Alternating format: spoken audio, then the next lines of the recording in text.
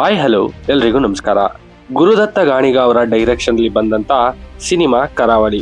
ಇದರ one line story ಬಗ್ಗೆ ಮಾತಾಡೋದಾದ್ರೆ, ಪ್ರಜ್ವಲ್ ದೇವರಾಜ್ ಅಥವಾ ಧನಂಜಯ್ ಕಾಣಿಯಾಗಿರುವಂತ ಒಂದು ಹಸುನ ಹುಡಿಕೊಂಡು ಬಂದಾಗ ಕತೆ ಕೋಟಿ ಚೆನ್ನಯ್ಯನ ಕಂಬಳಕ್ಕೆ ಕರ್ಕೊಬಂದು ನಿಲ್ಸುತ್ತೆ. ಅಂಡ್ ಅಲ್ಲಿ ಧನಂಜಯನಿಗೆ ಸಿಗುವಂತ ಹೊಸ ಕ್ಯಾರೆಕ್ಟರ್ ಯಾರು, ಅವ್ರಿಗೂ ಈ ಕಂಬಳಕ್ಕೂ ಏನ್ ಲಿಂಕ್ ಇರುತ್ತೆ, ಇಲ್ಲಿರುವಂತ ಟ್ವಿಸ್ಟ್ ಏನು ಅಂತ ನೀವು ತಿಳ್ಕೊಬೇಕು ಅಂತಿದ್ರೆ ಈ ಫಿಲಮ್ನ ನೋಡಿನೇ ತಿಳ್ಕೊಬೇಕು. ಇನ್ನು ಈ ಸಿನಿಮಾ ಹೇಗಿದೆ, ಇದರಲ್ಲಿ ಏನು ಇಷ್ಟ ಆಯಿತು, ಯಾವ್ದು ಕಷ್ಟ ಆಯಿತು ಅಂತ ನಾವು ಡೀಟೇಲ್ಡ್ ಆಗಿ ಮಾತಾಡ್ಕೊಬರೋಣ ಬನ್ನಿ. ಅದಕ್ಕೂ ಮುಂಚೆ ನೀವು ಇನ್ನೂ ನನ್ನ ಚಾನಲ್ನ ಸಬ್ಸ್ಕ್ರೈಬ್ ಮಾಡ್ಕೊಂಡಿಲ್ಲ ಅಂದರೆ ಆ್ಯಂಡ್ ನಾನು ಮಾಡುವಂಥ ಕಂಟೆಂಟ್ ನಿಮ್ಗೆ ಇಷ್ಟ ಆದರೆ ಸಬ್ಸ್ಕ್ರೈಬ್ ಮಾಡಿಕೊಂಡು ಸಪೋರ್ಟ್ ಮಾಡಿ. ಇನ್ನು ಸಿನಿಮಾದಲ್ಲಿ ನನಗೆ ವರ್ಕ್ ಆಗಿದ್ದು ಅಂತಂದರೆ, ಸಿನಿಮಾ ಶುರು ಆದಾಗ್ಲಿಂದ ಇವರು ಸ್ಟೋರಿನ ಇಂಟೆನ್ಸ್ ಆಗಿ ಬಿಲ್ಡ್ ಮಾಡ್ಕೊಂಡು ಹೋಗ್ತಾರೆ.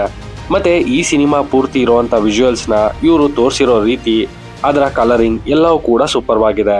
ಮತ್ತೆ ಒಂದು ಕ್ಯಾರೆಕ್ಟರ್ನ ಇವರು ಪರಿಚಯ ಮಾಡಬೇಕಾದ್ರೆ ಅದು ಯಾಕೆ ಬಂತು, ಅದರ ಬ್ಯಾಕ್ ಗ್ರೌಂಡ್ ಏನು, ಅದಕ್ಕೆ ಎಷ್ಟು ಇಂಪಾರ್ಟೆನ್ಸ್ ಇದೆ ಅಂತ ತೋರಿಸಿರೋದು ಕೂಡ ಇಷ್ಟ ಆಗುತ್ತೆ. ಹಾಗೆ ಇಲ್ಲಿ ಸಚಿನ್ ಅವರ ಬ್ಯಾಕ್ ಗ್ರೌಂಡ್ ಮ್ಯೂಸಿಕ್ ಕೂಡ ಸಿನಿಮಾದ ಪ್ಲೇಸ್ ಪಾಯಿಂಟ್. ಯಾಕೆ ಅಂತಂದ್ರೆ ಇದರ ಸಾಂಗ್ ಆಗಿರ್ಬೋದು ಅಥವಾ ಎಲಿವೇಶನ್ ಸೀಕ್ವೆನ್ಸ್ ಆಗಿರ್ಬೋದು, ಇವರು ಕೊಟ್ಟಿರುವಂತ ಮ್ಯೂಸಿಕ್ ತುಂಬಾ ಇಂಪ್ರೆಸ್ ಮಾಡುತ್ತೆ.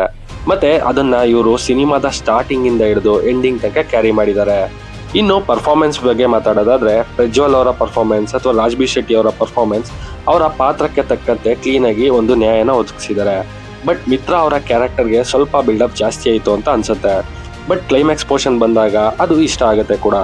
ಮತ್ತೆ ಇದರಲ್ಲಿ ಆ ಕೋಣಗಳನ್ನ ತೋರಿಸಿರುವಂಥ ರೀತಿ, ಕ್ಯಾಮ್ರಾ ವರ್ಕ್ ಎಲ್ಲವೂ ಕೂಡ ತುಂಬಾ ಇಂಟ್ರೆಸ್ಟಿಂಗ್ ಆಗಿ ಚೆನ್ನಾಗಿ ಬಂದಿದೆ.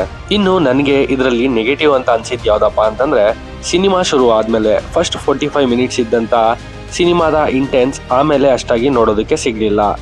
ಇನ್ನು ಎರಡನೇದಾಗಿ ಪ್ರಜ್ವಲ್ ದೇವರಾಜ್ ಅವರ ವಾಯ್ಸ್ ಇಲ್ಲದೆ ಇರೋದು one of the major impact ಅಂತಾನೆ ಹೇಳ್ತೀನಿ. ಯಾಕೆ ಅಂದ್ರೆ ಅವರ ವಾಯ್ಸ್ ಇಲ್ಲದೆ ಆ ಕ್ಯಾರೆಕ್ಟರ್ ಜೊತೆ ಕನೆಕ್ಟ್ ಆಗೋದಕ್ಕೆ ಆಡಿಯನ್ಸ್ಗೆ ಟೈಮ್ ಬೇಕಾಗತ್ತೆ.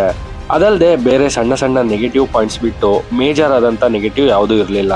ಫೈನಲಿ ಹೇಳ್ಬೇಕು ಅಂತಂದ್ರೆ, ಗುರುದತ್ತ ಗಾಣಿಗ ಅವರ ಕರಾವಳಿ ಸಿನಿಮಾದಲ್ಲಿ ಹೊಸತನ ಅನ್ನೋದು ಇದೆ.